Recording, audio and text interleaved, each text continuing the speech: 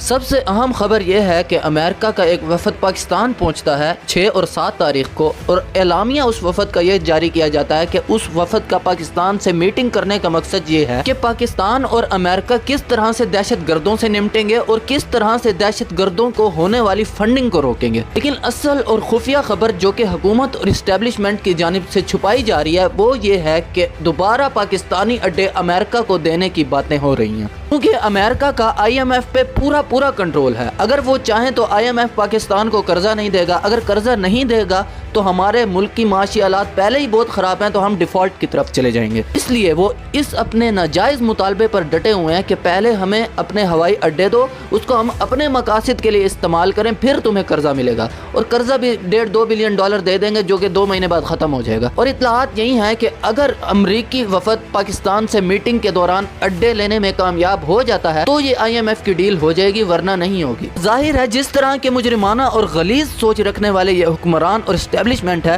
یہ اڈے دے ہی دیں گے، یہ اپنے پاکستانیوں کا خون دوبارہ سے چند ڈالروں کے پیچھے بیچ ہی دیں گے۔ جب پاکستان امریکہ کو اڈے دے دیتا ہے مثال کے طور پہ، تو اب ہوگا کیا؟ اب اس سے یہ ہوگا کہ افغانیوں نے امریکن کو بندر کی طرح مار کے افغانستان سے بھگایا اور وہاں پہ اپنی اسلامی حکومت قائم کر لی ہے۔ اب امریکیوں سے افغانستان کے ہاتھوں یہ ذلت اور رسوائی برداشت نہیں ہو رہی، تو وہ دوبارہ سے، کیونکہ پاکستان افغانستان کا ہمسایہ ملک ہے، پاکستان کے اڈے کو یوز کر کے وہ دوبارہ وہاں پہ ڈرون اٹیکس کرنا چاہتے ہیں اور افغانستان سے بدلہ لینا چاہتے ہیں۔ ہوگا کیا؟ جب یہاں سے امریکی ڈرون وہاں پہ افغانستان میں حملہ کریں گے تو افغانستان کے طالبان یہاں پہ بم دھماکے کروا کے اور دہشت گردی کروا کے پاکستانیوں کو شہید کروائیں گے۔ نتیجتاً پاکستانیوں کا خون بیچنے کی دوبارہ سے تیاری شروع ہو چکی ہے، اور اس گھناؤنی سازش میں اسٹیبلشمنٹ اور حکومت برابر کے شریک نظر آ رہے ہیں، کیونکہ اگر یہ اڈے نہیں دیتے تو آئی ایم ایف کا معاہدہ نہیں ہوگا۔ آئی ایم ایف کا معاہدہ ہمارے لیے بہت ہی زیادہ ضروری ہے، کیونکہ اس دفعہ جب army chief general Asim Munir نے عہدہ سنبھالا ہے تو وہ سعودی عرب کے پاس گئے ہیں مانگنے پیسے، تو سعودی عرب والوں نے یہ جواب دیا ہے کہ بھائی پہلے آپ اپنے گھر کے معاملات کو ٹھیک کرو،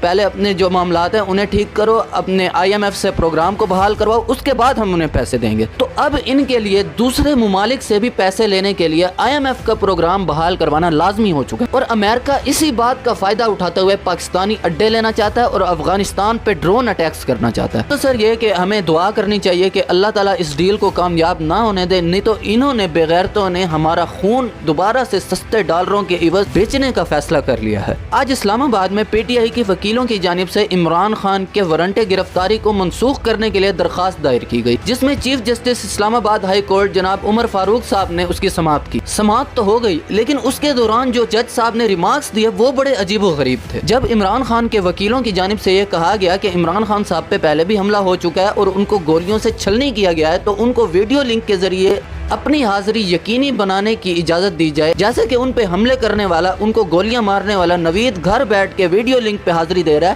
ویسی ہی سہولت عمران خان کو بھی دی جائے۔ تو جج صاحب نے کہا کہ سیکیورٹی تھریٹس یعنی سیکیورٹی خدشات تو آج ہر کسی کو ہیں، وہ تو مجھے بھی ہیں، میں عدالت بند کر دوں کیا؟ نے کہا کہ جان اللہ تعالیٰ کی امانت ہے اور وہ ایک نہ ایک دن اس نے لینی ہے۔ جج صاحب یہاں تک تو آپ کی بات ٹھیک ہے، لیکن اگر میں آپ سے ایک سوال پوچھوں کہ آپ جو قوم کے ٹکڑوں پر پروٹوکول کو انجوائے کر رہے ہیں تو وہ کس صورت میں کر رہے ہیں؟ یہ آج بات کی، اور خود بھی آپ کو پروٹوکول کو واپس دینا چاہیے، اور دوسرے بھی جو حکومتی وزیر اور جس کے پاس بھی پروٹوکول ہے ان سے واپس لینے کی استدعا کرنی چاہیے اور سپریم کورٹ میں اس مقدمے کو لڑنا چاہیے۔ لیکن یہ سب کو پتا ہے کہ جج صاحب اپنی زبان نہیں بول رہے تھے، بلکہ وہ حکومت اور ہینڈلرز کی زبان بول رہے تھے۔ یہ وہ عدالت کہہ رہی ہے کہ جب نواز شریف کے یہاں پہ پلیٹلیٹس گر رہے تھے اور وہ مر رہا تھا کہ میں لندن جاؤں، تو اس عدالت نے یہ کہا تھا کہ اگر نواز شریف کو کچھ ہو گیا تو اس کی ذمہ داری عمران خان حکومت قبول کرے کہ اگر کچھ ہوگا تو ہم ذمہ دار ہیں۔ اور آج وہ عمران خان کے اوپر یہ باتیں کر رہے ہیں کہ جان تو آنی جانی چیز ہے، لیکن بہرحال اسلام آباد ہائی کورٹ نے عمران خان کی جو وارنٹ گرفتاری تھے انہیں منسوخ کر دیا ہے۔ پھر مریم نواز شریف جو کہ خود ایک عورت ہے لیکن اسے اپنے عورت ہونے کا بالکل بھی پاس نہیں ہے، اس نے دوبارہ سے آج اپنی جیسی گھٹیا ٹویٹ کی ہے کہ ملک کے اوپر منشیات کے عادی یعنی عمران خان کو مسلط کرنے کی کوئی ضرورت نہیں ہے۔ سننے میں تو یہی آیا کہ خود یہ کیپٹن صفدر کے ساتھ بھاگی ہوئی ہے،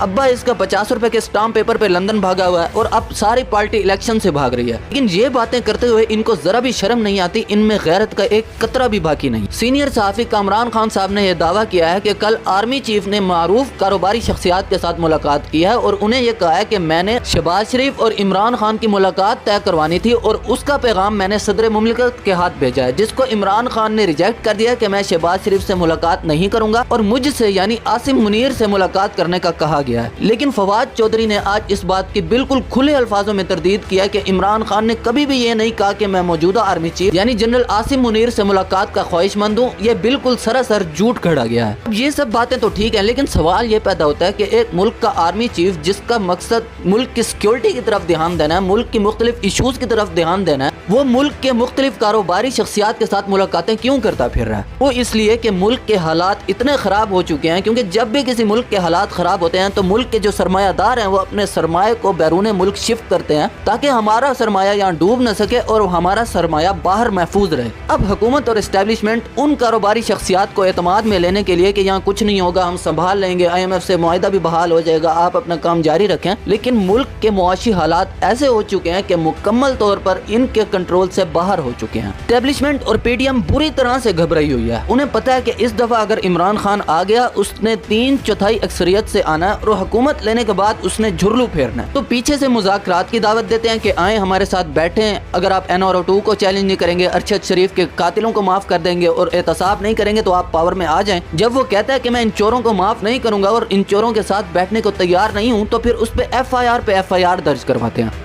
عمران خان پہ قریباً 77 FIR درج ہو چکی ہیں اور کل انہوں نے اس حوالے سے ایک ٹویٹ بھی کیا ہے۔ انہوں نے کہا ہے کہ میں آہستہ آہستہ مقدمات کی سینچری کی طرف بڑھ رہا ہوں۔ بہرحال یہ حکومت اور اسٹیبلشمنٹ مکمل طور پر پاکستانیوں کو اور اس ملک کو اندھیروں میں دھکیلنے کے لیے پوری کوشش کر رہی ہے، اور پاکستانیوں کا، محب وطن فوجیوں کا لہو ایک مرتبہ پھر سستے ڈالروں کے عوض بیچا جا رہا ہے۔ رب کریم سے دعا ہے کہ اس ملک کو ان بے غیرتوں سے نجات دلائے۔ چینل کو لازمی سبسکرائب کریں۔ ملتے ہیں انشاءاللہ اگلی ویڈیو میں، تب تک کے لیے اللہ حافظ۔